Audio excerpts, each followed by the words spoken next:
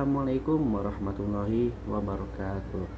Halo pemirsa, kembali lagi bersama saya Muhammad Nabil Al-Faid dengan NIM 2313338 dari kelas KPI 5A.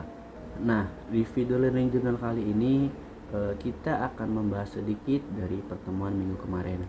Mungkin langsung saja. Pada pertemuan minggu kemarin, seperti biasa, kuliah dilaksanakan secara offline atau tatap muka di dalam ruangan kelas. Sebelum masuk ke sesi materi atau presentasi, dilakukan terlebih dahulu praktik liputan berita yang dibawakan oleh kelompok Sandi dan teman-teman. Nah, tema yang dibawakannya yaitu tentang cemaran zat radioaktif yang ditemukan di kawasan industri Cikande, Serang, Banten. Setelah semuanya berjalan dengan lancar dan selesai, kemudian dilanjutkan materi kelas yang dipresentasikan oleh kelompok 6. Tema yang dibawakan oleh kelompok 6 yaitu tentang analisis proses dan unsur penulisan jurnalisme investigasi dari sifat, jenis, dan tujuan hingga tahapan produksi. Mungkin kita langsung saja ke materi pertama, yaitu tentang pendahuluan dan pentingnya investigasi. Jurnalisme investigasi itu merupakan bentuk tertinggi praktik jurnalistik yang menuntut kemampuan analisis, riset mendalam, dan keberanian moral. Peran dalam demokrasinya itu untuk instrumen penting dalam kehidupan demokratis dan berfungsi strategis sebagai alat kontrol sosial terhadap kekuasaan. Nah, fokusnya itu bukan hanya pada peristiwa, tetapi pada sistem yang memungkinkan penyimpangan itu dapat terjadi. Nah, tantangannya itu biasanya berupa tekanan politik dan ekonomi serta isu kepemilikan media yang dapat membatasi ruang gerak. Nah, kemudian kita lanjut saja ke materi kedua, yaitu ada dari sifat-sifat khas berita. Nah, sifat utama yang pertama itu ada independen dan non-partisan. Biasanya itu bekerja tanpa intervensi dari pihak manapun. Terus yang kedua itu ada dari berbasis fakta dan bukti kuat, seperti melalui riset panjang, pemeriksaan dokumen, dan wawancara yang mendalam. Nah, kemudian itu ada dari bernilai publik tinggi. Nah, itu biasanya harus membawa dampak bagi masyarakat luas. Terus yang keempat itu ada proses panjang dan resiko yang tinggi. Itu biasanya sering menghadapi ancaman ataupun intimidasi dan bisa juga seperti gugatan hukum. Nah, kemudian kita lanjut saja ke materi ketiga, yaitu ada dari jenis-jenis jurnalisme investigasi. Nah, dalam jenis-jenis jurnalisme investigasi ini dibagi menjadi dua kategori. Yang pertama itu ada dari kategori berdasarkan fokus liputan. Kategori berdasarkan fokus liputan yang pertama itu ada dari investigasi sosial, seperti menyoroti penyimpangan sosial, contohnya itu dari segi kemiskinan, kekerasan, dan lain-lain. Terus itu ada dari investigasi politik, itu biasanya lebih pada berfokus pada pengungkapan penyalahgunaan kekuasaan dan korupsi politik. Terus yang ketiga itu ada dari investigasi ekonomi, itu biasanya mengungkap manipulasi pasar atau praktik-praktik bisnis yang ilegal.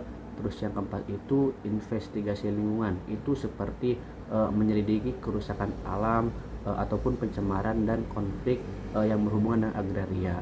Terus yang kelima itu ada dari investigasi kriminal, itu biasanya mengungkapkan kejahatan yang tidak terungkap gitu oleh aparat. Nah, kemudian kategori yang kedua itu ada dari kategori berdasarkan pelaksana. Nah, kategori berdasarkan pelaksana yang pertama itu ada dari investigasi individual, terus yang kedua itu ada investigasi kolaboratif. Nah, itu biasanya melibatkan beberapa media, contohnya seperti Indonesia Leaks dan lain-lain. Terus yang ketiga itu ada dari investigasi berbasis data. Itu biasanya mengandalkan analisis dari data gitu. Mungkin kita lanjut saja ke materi selanjutnya atau materi keempat, yaitu ada dari tentang tujuan penulisan investigasi. Nah, tujuan utamanya itu yang pastinya untuk mengungkapkan kebenaran yang tersembunyi demi kepentingan publik. Terus dari tujuan transformatif itu biasanya untuk mendorong perubahan sosial dan penegakan hukum. Terus dari segi tujuan edukatif dan advokatif itu biasanya untuk menciptakan kesadaran kritis publik terhadap isu-isu yang tersembunyi, dan pembentukan opini publik berbasis data dan bukti yang akurat gitu, ataupun bukti yang sah. Nah, mungkin untuk mempersingkat waktu, kita lanjut saja ke materi selanjutnya atau materi kelima, yaitu tentang struktur penulisan berita investigasi.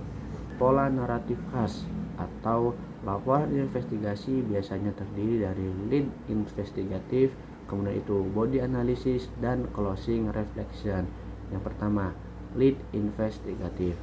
Nah, lead investigatif itu tidak hanya menarik perhatian, tetapi mengisyaratkan adanya penyimpangan yang akan diungkap. Terus yang kedua itu ada body analysis.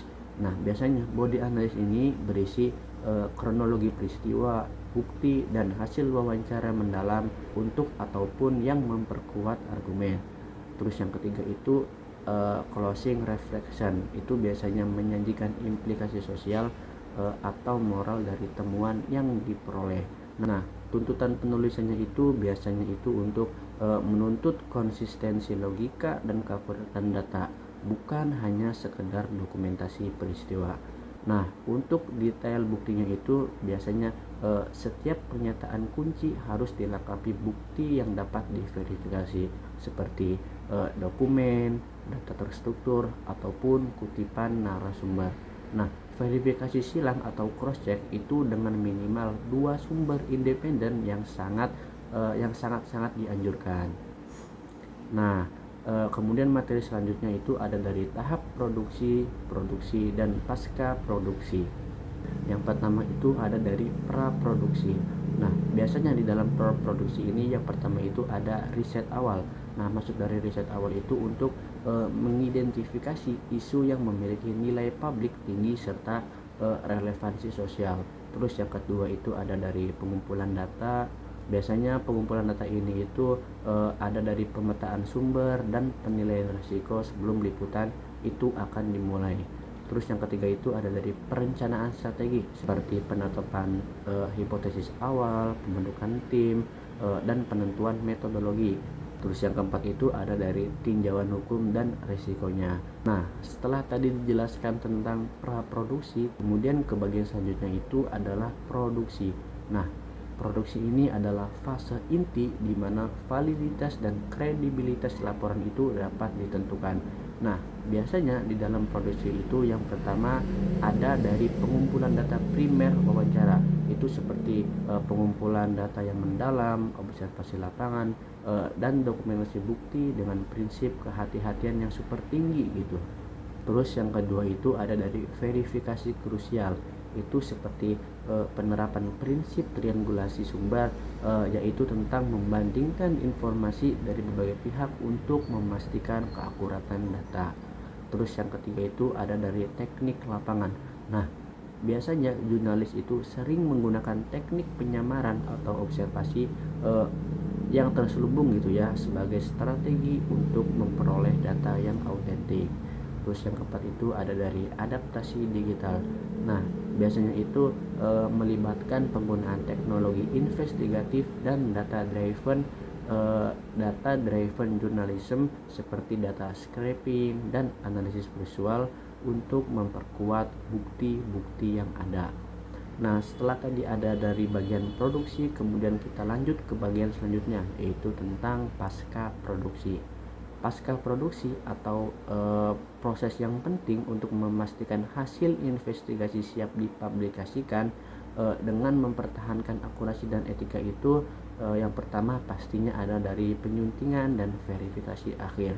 Nah, biasanya redaktur itu bertugas untuk meninjau ulang semua temuan, mengecek bukti pendukung, serta memastikan setiap pernyataan itu dapat dipertanggungjawabkan. Kemudian yang kedua itu adalah dari uji hukum atau fact checking. Nah, biasanya untuk melakukan fact checking ini itu ataupun fact checking independen dan konsultasi hukum jika liputan itu menyangkut tuduhan serius untuk mencegah tuntutan hukum. Nah, kemudian yang ketiga itu ada dari pengemasan multimedia. Nah, dalam media digital ini itu mencakup visualisasi data dan penyusunan narasi multimedia untuk dampak publik yang lebih besar. Kemudian yang keempat itu ada follow up reporting. Nah, biasanya follow up reporting itu untuk melakukan pelaporan lanjutan sebagai bentuk tanggung jawab moral atau untuk memantau dampak sosial dari liputan tersebut. Nah, materi tadi sekaligus menutup video learning journal ke-9 kita kali ini. Mungkin cukup sekian dapat saya sampaikan. Saya Muhammad Nabil Alfaid pamit undur diri. Sekian, maafkan saya. Wassalamualaikum warahmatullahi wabarakatuh.